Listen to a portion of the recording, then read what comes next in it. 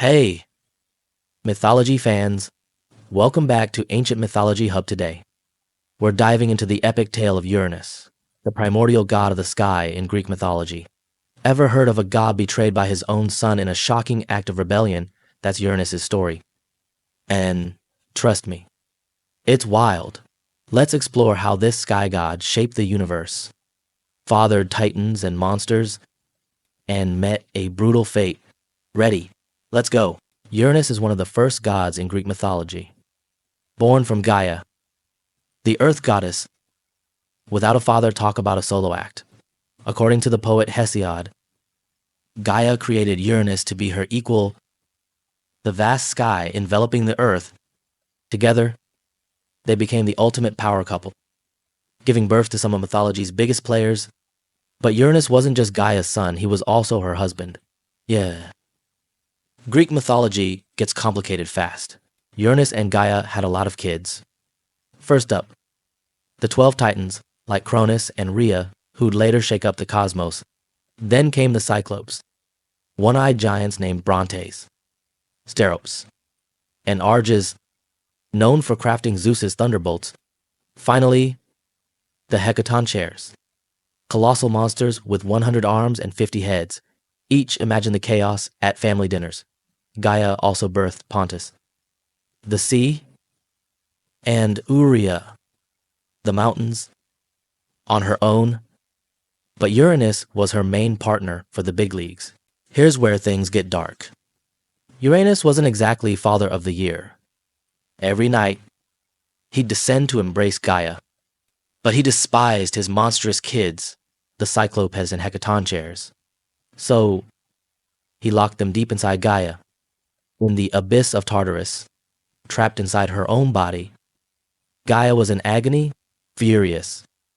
She crafted a massive stone sickle and hatched a plan to take Uranus down. She called on her sons to strike, but only one had the guts, Cronus, the youngest Titan. In a moment that changed mythology forever, Cronus ambushed Uranus as he descended to Gaia. With one swift strike of the sickle, Cronus castrated his father. Yep. It's as brutal as it sounds. The severed parts fell into the sea. And from the blood and foam, incredible beings were born, the Furies, vengeful spirits, the giants, massive warriors, and Aphrodite, the goddess of love, rising from the ocean's froth. Talk about a dramatic fallout. After Cronus's betrayal, Uranus retreated to the heavens. His power diminished. He no longer visited Gaia, staying high above as the distant sky. Cronus took over but didn't learn from his father's mistakes. He re-imprisoned the Cyclopes and Hecatoncheires.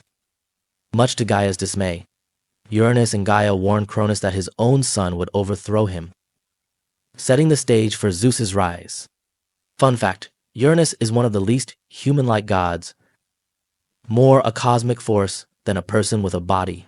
Uranus may have faded from the spotlight, but his name lives on. The planet Uranus, discovered in the 18th century, was named after him, continuing the tradition of naming planets after gods, from fathering the Titans to sparking the birth of Aphrodite. Uranus' story is a cornerstone of Greek mythology's wild family drama. That's the tale of Uranus, the sky god whose betrayal shook the cosmos. If you love this dive into Greek mythology, smash that like button and subscribe to Ancient Mythology Hub for more epic stories. What's your take on Cronus' bold betrayal? Drop it in the comments below. Stay tuned for our next video on the Titans. Trust me, it's going to be huge. Until then, keep exploring the myths.